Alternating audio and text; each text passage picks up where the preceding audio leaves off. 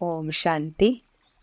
Spark audio book का नाम है कर्म योग से कर्म भोग पर विजय, पार्ट 7। आत्मा के लिए दैहिक भोगना दुख दर्द इतना दुखदायी नहीं है जितना विकारों की बीमारी, व्यर्थ संकल्प की बीमारी, मानसिक बीमारी, दैहिक बीमारी से कहीं अधिक दुखदायी है। देह से न्यारा होकर ही इन सब भोगनाओं से निदान पा सकते हैं। इसमें व्यर्थ संकल्पों की सबसे बड़ी बाधा है, जो ना उस स्थिति में स्थित होने देती है और ना ही उसके लिए अभीष्ट पुरुषार्थ करने देती है। विकार ही कर्म भोग या दैहिक भोगना के मूल कारण है और यथार्थ ज्ञान की धारणा अर्थात देह से न्यारा होने का पुरुषार्थ ही अभिष्ट पुरुषार्थ है। स्वस्थिति में स्थित आत्मा सर्व प्रकार की कर्म भोग की वेदना से मुक्त है। मुख्य शक्तियां हैं तन की, मन की, धन की और संबंध की। चारों ही आवश्यक है। तन का हिसाब किताब होते भी स्वस्थिति के कारण स्वस्थ अनुभव करता है।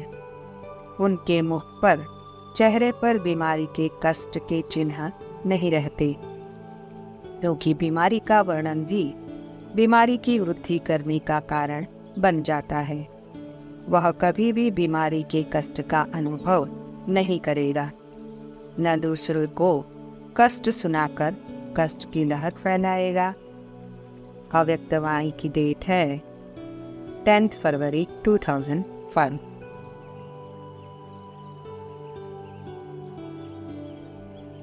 तुम बच्चों को अपनी इस लाइफ से कभी तंग नहीं होना चाहिए, क्योंकि यह हीरे जैसा जन्म गाया हुआ है।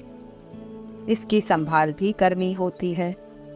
बीमारी में भी नॉलेज सुन सकते हैं, बात को याद कर सकते हैं। जितने दिन जिएंगे कमाई होती रहेगी, हिसाब किताब चुप तो होता रहेगा। कर्मातीत बनना है। साकार मूल्य की रिवाइज डेट है 10 फरवरी 2005।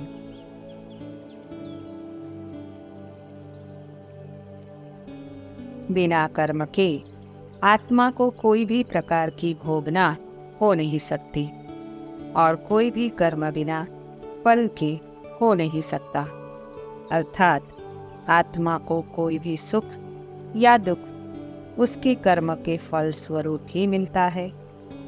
कर्म भोग शब्द का प्रयोग बहुधा दुख की भोगना के लिए ही प्रयोग किया जाता है, परंतु यदि उसकी सत्यता पर विचार करें तो सुख या दुख दोनों ही कर्म भोग के रूप है। एक है सुख का भोग और दूसरा है दुख का भोग। दुख का कर्म भोग आत्मा का दुख या विकर्मों का खाता कम करता है और सुख का भोग आत्मा का श्रेष्ठ कर्मों के जमा का खाता कम करता है। इसलिए तो सतयुग के 1250 साल में आत्मा की 2 कलाएं कम हो जाती है। कोई भी आत्मा अपने कर्म के भोग से बच नहीं सकती। इसलिए अच्छा यही है कि हम स्वेच्छा और शांति से उसको भोग कर पूरा करें। यही ज्ञान है। जैसे कर्म भोग आत्मा का विकर्मों का खात्मा खत्म करता है, सुख का भोग आत्मा का श्रेष्ठ कर्म के खाता जमा करता है। जैसे कर्म भोग आत्मा का विकर्मों का खाता खत्म करता है, सुख का भोग आत्मा का श्रेष्ठ कर्म के जमा का खाता कम करता है, ऐसे ही कर्म योग आत्मा के श्रेष्ठ कर्म का खाता जमा करने का आधार है। कर्म योग से कर्म भोग पर विजय पाने के लिए इसके संबंध में ज्ञान सागर शिव बाबा ने क्या क्या स्पष्टीकरण दिए हैं, उन पर विचार करना, उनको समझना अति आवश्यक है।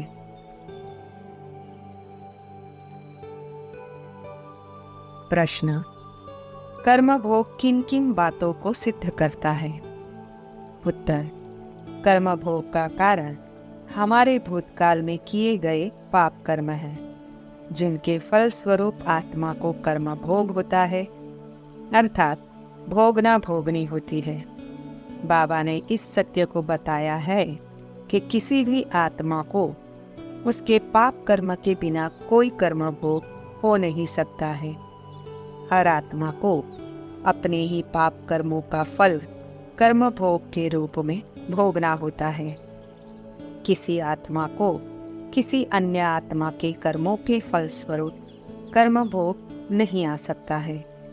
जब तक आत्मा का कर्म भोग है, तब तक कोई आत्मा परम धाम वापस नहीं जा सकती है, क्योंकि कर्म भोग का आना सिद्ध करता है कि आत्मा के पाप कर्मों का खाता बाकी है, अर्थात आत्मा कर्मातीत नहीं बनी है, अर्थात आत्मा पावन नहीं बनी है।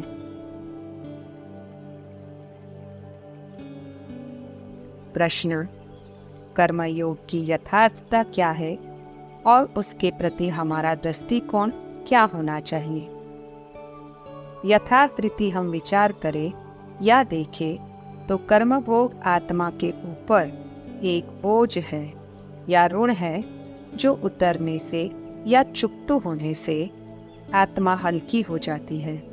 इसलिए हमको कर्म भोग से कब घबराना नहीं चाहिए। जो भी कर्म भोग आए उसे शांति से सहन करना चाहिए, परंतु विडंबना यह है कि जब कर्म भोग आता है तो उसकी वेदना आत्मा को परेशान कर देती है, जिससे आत्मा अपने विवेक को खो बैठती है और विवेक खोने से आत्मा दुखी हो जाती है। कब कब आत्मा अपने कर्म भोग का कारण दूसरों को समझकर विकर्म करके नए कर्म भोग को जन्म दे देती है। कर्म भोग में भी हमारा अनेक आत्माओं के साथ हिसाब किताब चुकतू होता है। आत्मा का बोझा उतरता है। जिस कर्म भोग से आत्मा को वेदना होती है और उस वेदना को सहते हुए वह पूरा हो जाता है, वह कर्म भोग आत्मा के ऊपर बोझा है जो उतर गया। यदि वेदना हुई और उसके फल स्वरूप दूसरी आत्माओं के साथ व्यवहार हुआ तो उससे हिसाब किताब चुकतू हुआ। जैसे बीमारी में डॉक्टरों से चिकित्सा आदि कराने में खर्चा आदि होता है।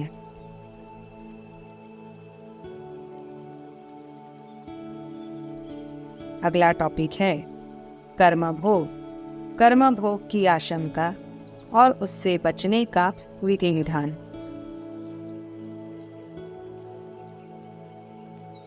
प्रश्न, कर्म भोग और कर्म भोग की आशंका से बचने का विधि विधान क्या है? उत्तर, कर्म भोग की वेदना तो आत्मा को दुखी करती ही है, परंतु प्रायः आत्माएं कर्म भोग न होते हुए भी कर्म भोग आने की आशंका से दुखी रहती है। इस कर्म भोग न होते भी उसकी आशंका से दुखी होने का कारण क्या है? जब तक उसका ज्ञान नहीं है, तब तक आत्मा इस दुख से मुक्त नहीं हो सकती है। अज्ञानता इस कर्म भोग का मूल कारण है। अज्ञानता के वशीभूत कर्म भोग की आशंका जो आत्माएं दुखी रहती है, वे उस आशंका के कारण अनेक प्रकार के विकर्म करके भी अपने भविष्य के लिए कर्म भोग का निर्माण कर लेते हैं।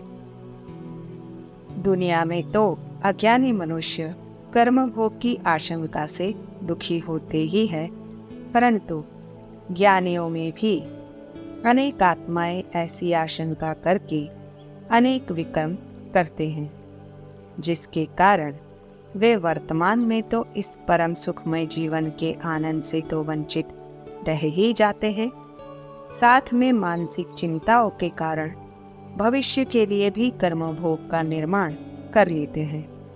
अब इस आशंका जनित कर्म भोग से बचने का उपाय क्या है, उस पर विचार करना अति आवश्यक है। इस आशंका जनित कर्मभोग का मूल कारण अज्ञानता है। इस कर्मभोग से बचने के लिए बाबा ने अभी हमको जो इस विश्व नाटक का सत्य ज्ञान दिया है, उसके विधि विधान, नियम सिद्धांत बताए हैं। उन पर चिंतन करके, उनको अनुभव करके, उन पर निश्चय करके, जीवन में धारण करके ही इस कर्म भोग का निदान हो सकता है।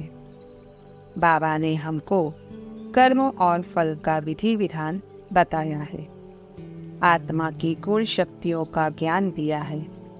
इस सब पर विचार करें तो हमको ऐसी किसी प्रकार की आशंका की आवश्यकता नहीं है। परमात्मा की छत्र छाया हमारे ऊपर है, परमात्मा का साथ है, समय का भी हमको सहयोग है। इन सब बातों पर विचार करके, उनको अनुभव करके, उनको बुद्धि में रखकर यथार्थ रीति योग साधना करेंगे तो हम इस कर्मभोग की आशंका से मुक्त हो सकते हैं। अभी हमको बाबा ने सकर्मों का ज्ञान दिया है और उनको करने की शक्ति, अर्जित करने का विधि विधान बताया है। उस पर चलकर हम सुकर्म करते रहेंगे तो हमारे से विकर्म होंगे ही नहीं, और जब विकर्म नहीं होंगे, सुकर्म का खाता जमा होगा तो हमारे ऊपर विकर्म क्यों आएगा? पूर्व के कर्मों के फल स्वरूप यदि आता भी है तो क्या हम जो कर रहे हैं वह हमको उससे मुक्ति दिलाएगा? इस पर विचार करना अति आवश्यक है। यथार्थ ज्ञान की धारणा और अपने इस ब्राह्मण जीवन के अनुरूप कर्म ही हमको समय पर किसी भी कर्म भोग से मुक्ति दिलाएंगे और समय पर हमको आवश्यक सहयोग अवश्य मिलेगा। ये अटल सत्य है। मन के मालिक होना तो सेकंड में स्टॉप तो स्टॉप हो जाए, फौरन ब्रेक लगनी चाहिए। यही अभ्यास कर्मातीत अवस्था के समीप लाएगा। संकल्प करने के कर्म में भी फुल पास। ऑर्डर दिया मन बुद्धि को कि न्यारे होकर खेल देखो, तो परिस्थिति आपके इस अचल स्थिति के आश्रम के नीचे दब जाएगी। अव्यक्तवाणी की डेट है 6 मार्च 1997।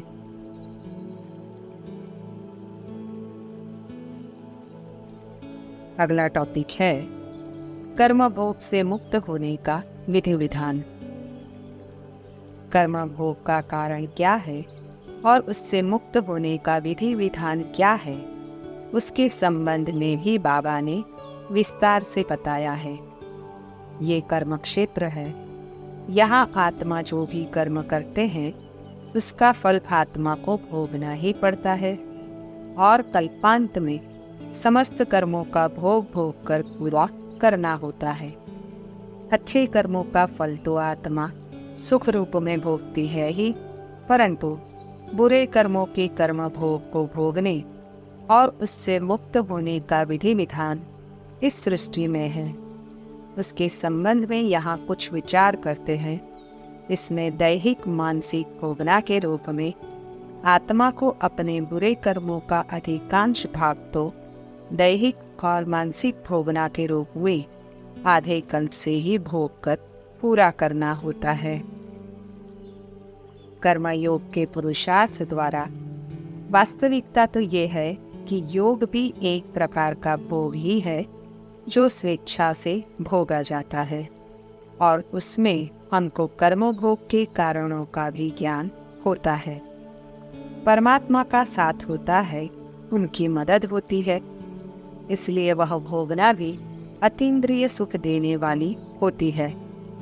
इस जन्म में कोई पाप कर्म तो नहीं किए हैं। इस जन्म के पाप बाप को बता दो तो हल्के हो जाएंगे, नहीं तो दिल अंदर खाता रहेगा। हमारा बच्चा बनकर फिर भूल करने से 100 गुना वृद्धि हो जाती है, 100 गुना दंड पड़ जाता है। साकार मुरली की रिवाइज डेट है 10 नवंबर 2004। बहुतों को बहुत खराब ख्यालात आते हैं, फिर इनकी सजा भी बहुत कड़ी है। अवस्था गिर जाती है, अवस्था का गिरना है, सजा है। साकार मुरली की रिवाइज डेट है 7 दिसंबर 2004।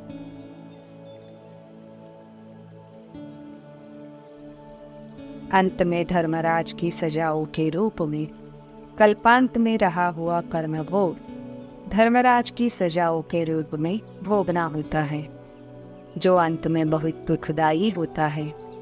वह न भोगना पड़े, अर्थात धर्मराज की सजाएं हमको न खानी पड़े, उनसे बचने का विधि विधान भी बाबा ने बताया है। बाबा ने ये भी ज्ञान दिया है कि धर्मराजपुरी की सजाएं क्या है और कैसे धर्मराज की सजाओं से बच सकते हैं, उसके लिए क्या पुरुषार्थ करना चाहिए। अंत समय आत्मा को अपने जीवन के सभी पाप कर्मों का साक्षात्कार होता है और आत्मा उस समय पश्चाताप करती है। वह पश्चाताप और दुख की महसूसता ही धर्मराज की सजाएं हैं।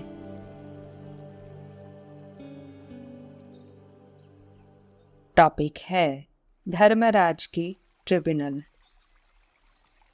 कर्म का फल तो हर आत्मा को मिलता ही है, यह इस विश्व नाटक का अनादि नियम है।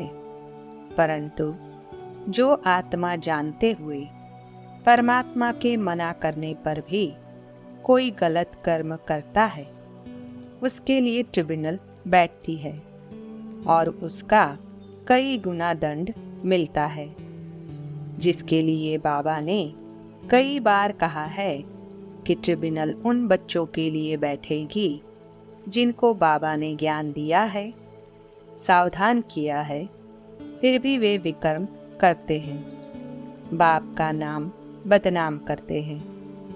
बाबा ने ये भी कहा है कि उस समय धर्मराज ये सब साक्षात्कार कराएगा कि तुमको ब्रह्मा द्वारा अमुक रूप से अमुक स्थान पर सावधान किया, फिर भी तुमने पाप कर्म किए।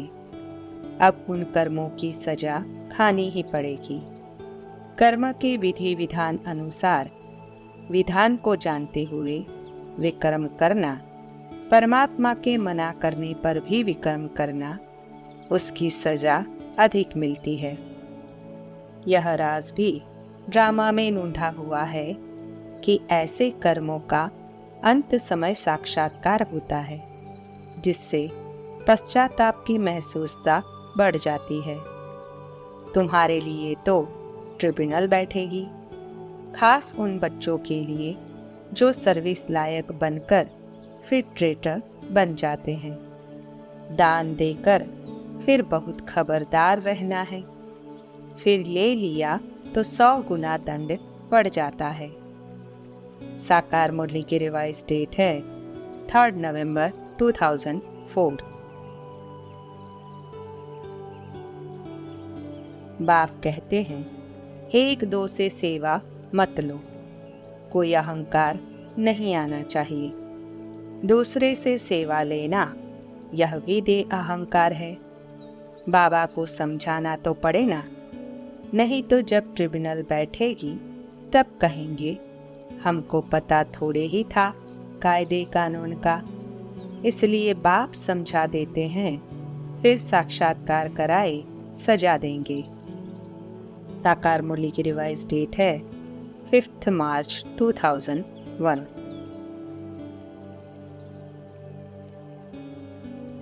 श्रीमत पर न चले तो नाम बदनाम करते हैं। भल बच्चे हैं, परंतु बच्चों को ऐसे थोड़े ही छोड़ेंगे। हाँ, ट्रिब्यूनल बैठती है, बच्चों को तो और ही कड़ी सजा मिलती है, क्योंकि धोखा देते हैं। बाप तो उस समय मुस्कुराते हैं, कहते हैं इनको कुल्हाड़ी से टुकड़ा टुकड़ा करो। फांसी की सजा देने वाले रोते हैं क्या? ऐसे थोड़े ही बच्चों पर दया करेंगे। साकार मुरली की रिवाइज डेट है 22 नवंबर 1973। अभी है ही कयामत का समय। सबका हिसाब किताब चुकतो होता है। यह बना बनाया अनादि ड्रामा है, जिसको साक्षी होकर देखते हैं कि कौन अच्छा पुरुषार्थ करते हैं। माया का तूफान अथवा कुसंग पीछे हटा देता है, खुशी गुम हो जाती है। साकार मुरली की रिवाइज डेट है 20 जनवरी 2005।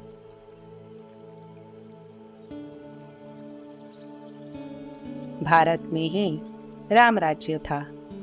भारत में ही रावण राज्य है। रावण राज्य में 100% दुखी बन जाते हैं। यह खेल है। ड्रामा में जो नोंद है वह फिर भी होगा। हम किसकी ग्लानि नहीं करते हैं। यह तो बना बनाया अनादि ड्रामा है। साकार मुरली की रिवाइज डेट है 20 जनवरी 2005। यह है कयामत का समय। सभी का पुराना हिसाब किताब चुकता होना है और नया जन्म होना है। चौपड़ा होता है धन का, यहाँ फिर चौपड़ा है कर्मों के खाते का। आधा कल्प का खाता है। मनुष्य जो पाप कर्म करते हैं वह खाता चलता आया है। साकार मुरली की रिवाइज डेट है 20 अगस्त 2002।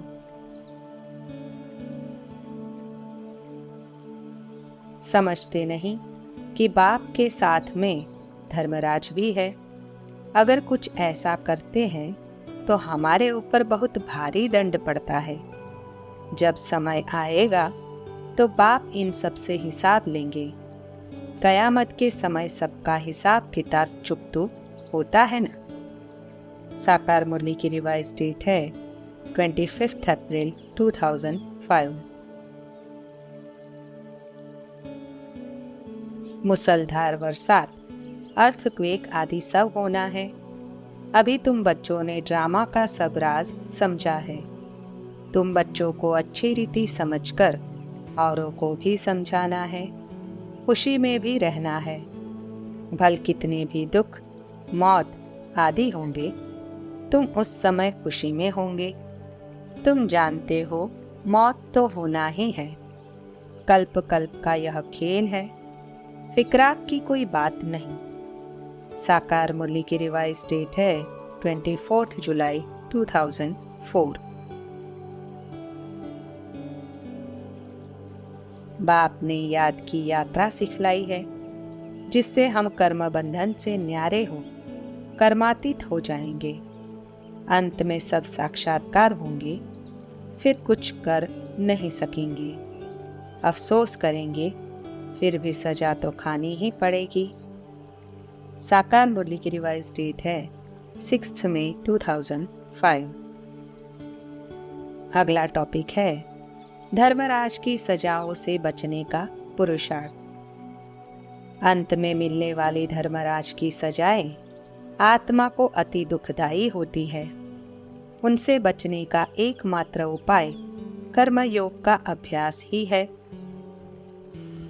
इस संबंध में भी बाबा ने अनेक प्रकार से महावाक्य उच्चारे हैं और हमको सावधान किया है।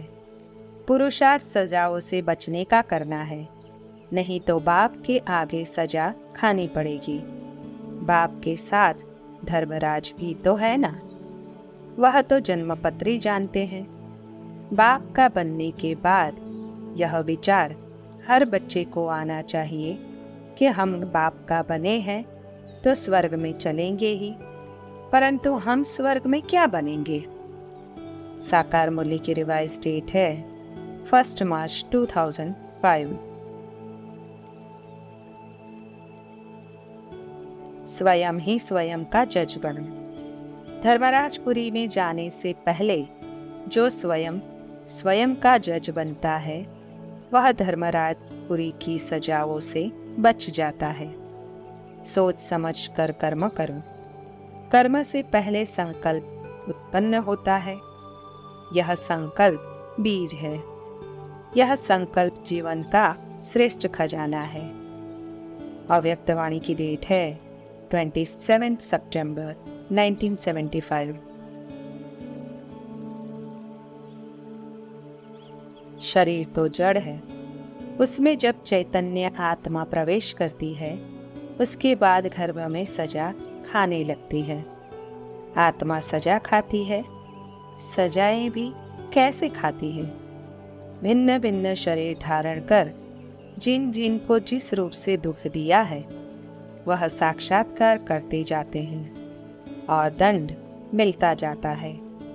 त्राही त्राही करते हैं, इसलिए गर्भ जेल कहते हैं। ड्रामा कैसा अच्छा बना हुआ है।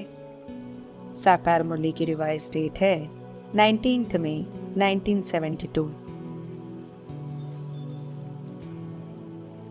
जन्म जन्मांतर का बोझा सिर पर है। साक्षात्कार कराते सजा देते जाएंगे। बहुत सजाएं हैं जिनका पारावार नहीं। एक एक जन्म के पापों का साक्षात्कार कराकर सजा देते हैं। वह तो जैसे जन्म जन्मांतर की सजाएं हो गई। होता बिजली मुआफिक है, परंतु उसकी भासना ऐसी होती है जैसे कि सेकंड में हजारों वर्ष की सजा खाते हैं। साकार मुरली की रिवाइज डेट है 5 दिसंबर 1973।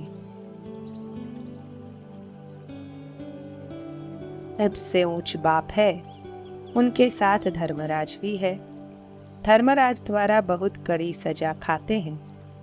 बाबा के पास पूरा हिसाब रहता है। धर्मराज पूरा हिसाब लेंगे। साकार मुरली की रिवाइज डेट है 4 जुलाई 2005। बेकायदे चलन से नुकसान बहुत होता है। हो सकता है फिर कड़ी सजाएं भी खानी पड़े। अगर अपने को संभालेंगे नहीं तो बाप के साथ साथ धर्मराज भी है। उनके पास बेहद का हिसाब किताब रहता है।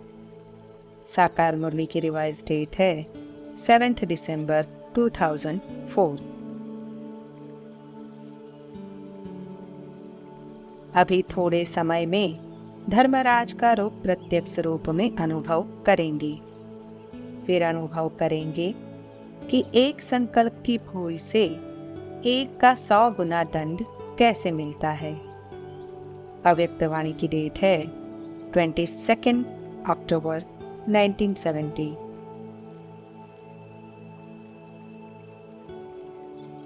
जरा भी संपूर्ण आहुति की कमी रह गई तो संपूर्ण सफलता नहीं होगी।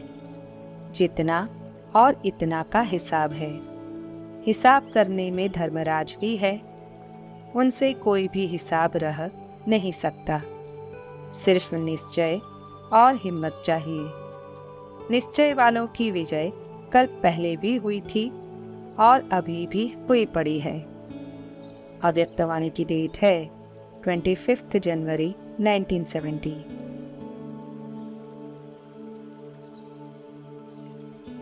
लगाव वाले को धर्मराज को सलाम भरना ही पड़ेगा। लगाव वाले संपूर्ण फर्स्ट जन्म का राज्य भाग्य पा न सके। इसी प्रकार पुराने स्वभाव वाले नए जीवन नए युग का संपूर्ण और सदा सुख का अनुभव नहीं कर पाते। अब सभी प्रकार के लगाव और स्वभाव को समाप्त करो। अव्यक्त वाणी की डेट है 15 जुलाई 1973।